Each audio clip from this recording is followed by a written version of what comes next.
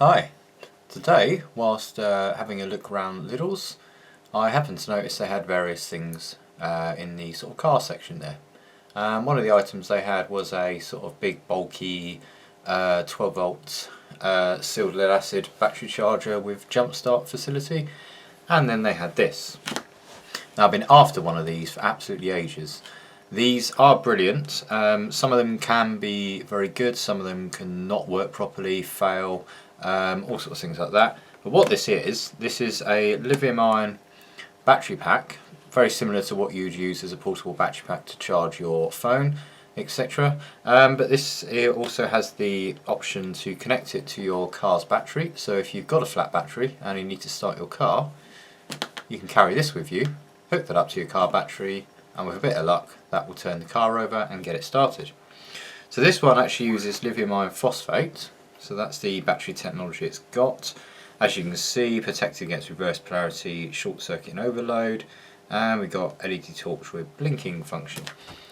Now it says on here, petrol engines up to a maximum of 2 litres and diesel engines up to a maximum of 1.6 litre. Now my car is higher than a 1.6 litre, it's a 1.9 litre diesel, but I'm kind of holding up high hopes that this might actually do it. If it can, brilliant. If it can't, then I've probably wasted my money on it. But you know, with a bit of luck, it will deliver a bit more than it says it's capable of doing. I think they're just going by a rough estimate on these figures as to what the cold cranking amps required are. So I will certainly do a test on the car to see if it does turn it over or not.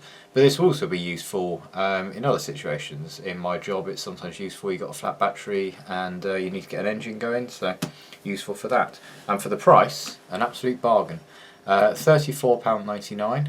That's I think a very good price for something like this. So we open the box up. We've got the main unit here. I've literally just come back from Lidl, so I haven't actually even opened it yet.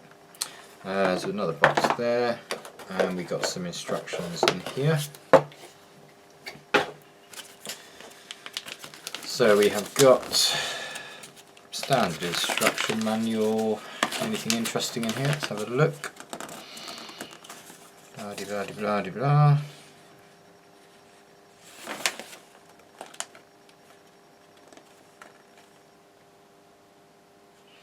So we got some information about connecting to your vehicle, various LED flashing statuses for the errors, different errors, etc. Yep, seems about right. Switching on the lights, hold down power button for 3 seconds, press power again, strobe mode, SOS, and switch off. Right, it's the usual stuff in instructions, so we put them to the side. In here we have got a little USB lead, we've also got a little wall charger, and we've got our connection there to go to the car. So these don't look too bad. It seems to have some kind of smarts inside. It uses the word smart. I would hope that it does have something intelligent. So that'd be it's, you know, kind of using it as intelligent monitoring. Because often what will happen with this is the connections to the car will be a direct connection straight to the battery inside. So this is a unit. We got some information on the back. So we've got. It's interesting. So we've got 8,000 milliamp hours, so 8 amp hours, 3.2 to 3.4 volts. Okay. 4,600 milliamp hours at 5 volts and 2,000 milliamp hours at 12 volts. So it says it can deliver 200 amps, I think, on its sort of peak amount. So if my car needs more than 200 amps to start, it probably won't start it. So we got a power button there. If we press that once, we just get a little status thing. It'd be nice if it was different separate lights. I think it has got separate lights in it, but it just lights up as one kind of continuous bar. So I think you can see just about there are, looks like, yeah, 3 or so different LEDs in there, but how easy that's going to be to read, I don't know. USB output, so we've got 1 amps on that socket and 2 amps on that. We got an input of 5 volts and 1 amp, and we got a little light there, so if we press and hold the power button, that lights up. That's quite a reasonably bright, considering I've got quite bright lighting on the desk. That's certainly quite nice. And then as it press again, we've got strobe, and then SOS mode, and then back off again, so that could be useful. The label they've put on there is a bit wonky, so that's not too good. It's got a nice feel about it. It's got that kind of rubberized plastic. It's quite like that.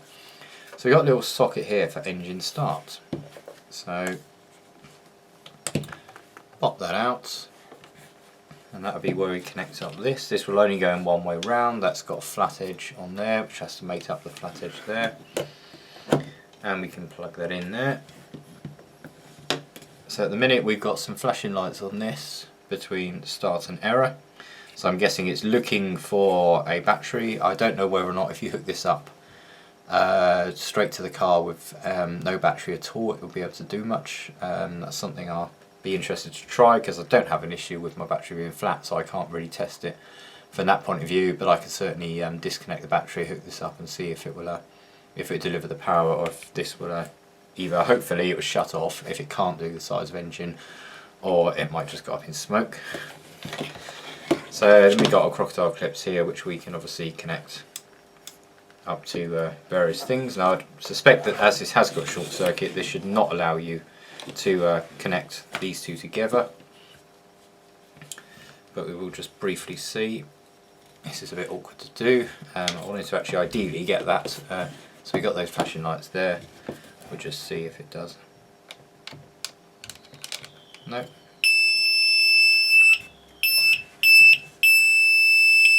So we've got beeping and error.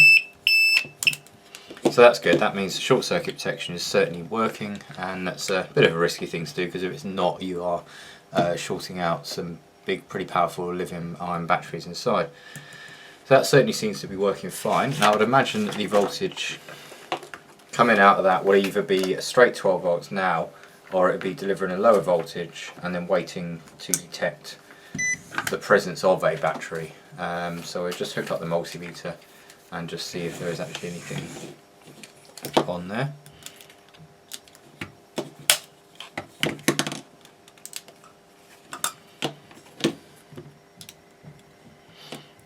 Yeah, that's not too bad. So we've actually got 13.1 volt there, and this doesn't seem to really matter if it's turned on or off. Really, it just literally works as soon as you've got this this part here plugged in. So again, we plugged it in, 13.1 volts, and I don't know if this battery is completely fully charged yet. It's so I've only just got it out of the box. I expect it will need some charging. So it'll certainly be interesting to see if it will be able to start my car, bearing in mind the fact that it's a 1.9 litre diesel, and that's obviously above the 1.6 it says it can do, but we will certainly give it a try. That will probably be done in a separate video on doing some further testing on this. It's quite dark at the moment, so I don't think I'm going to bother going out and getting it hooked up, disconnecting the battery, etc. But that kind of gives you an overview of what the device is like. It doesn't come in a little carry case. It'd be nice if it did, because then you could obviously keep it all together in the car. I'm guessing that's supposed to open like that. Yes. You think they've got a little bit of a lip on there, but it's not very easy to get into that. So that's a tad annoying. But yeah, it doesn't come with any kind of carry case or anything, so you've got to kind of keep the two bits separate in the back of the car or something. I do have a slight concern about leaving things like this in the car. I'll certainly say leave it in the boot, but I wouldn't recommend leaving it in the the inside of the car, or glove box maybe, I don't know, because the amount of heat that you can get from the sun, lithium batteries don't like getting overheated. But these crocodile clips are quite nice. There's a lot of a lot of pressure, spring pressure on that. That's good. They're not gold plated. I think they are actually just copper. just normal copper, so that's quite good. Cables are reasonably thick. What is that? It's 10 AWG, rated for 200 degrees C. Nice. Oh, they feel silicon. I think they are silicon. Got that kind of nice feel about them. And we've got this little control board here. So the other thing we've got is obviously our charging cable and our little charger for it. So specs on that are 5 volts, 1 amp output, and obviously you could charge this off something else like another power bank, etc. So I'll just go and get another power bank and we'll just plug it in and see how much current it's drawing at the moment. Okay, so we got our Tech power bank. This is the one I brought from Aldi, still going good, really love it. So I plug that in, we'll put it on the 2.1 amp.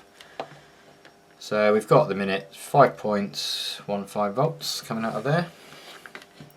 So we'll plug that in to this. Turn that on. Okay, so we've got our flashing there, so it obviously is not at the full charge, it's about 3/4. And at the minute that is drawing pretty much 1 amp. It's fluctuating between sort of 0.96, 0.93. Just got 1.1 there. Probably should drop down a bit obviously on this. So that's certainly working fine. Seems to be charging fine. The power adapter, you might use it, but you kind of get a collection of these. I've got them floating around left, right and centre, so they're just useful for other items. So I will probably just charge it either from another power bank, or you can certainly charge it from your car if you've got one of those 12 volt cigarette lighter adapters to USB. So I hope you like that sort of quick overview of this ultimate speed lithium jump pack for your car. If it can do my car, I will be quite impressed. So what have we got? That looks like constant current drainage. You can do 80 amps constantly by the looks of that. 200 amps as the maximum sort of power. So if the car needs more than 200 amps to crank it, then this will probably either fail miserably, or this will protect it and just stop it, or we could get lucky. And if it can start, you know, a 1.9 litre, then excellent. So that'll be coming up in a future video at some point the next few days after I've uploaded this one. And if you've got any questions, let me know. And if you like the video, please give it a thumbs up, it all helps. And please subscribe if you haven't done so. See you soon for the next one.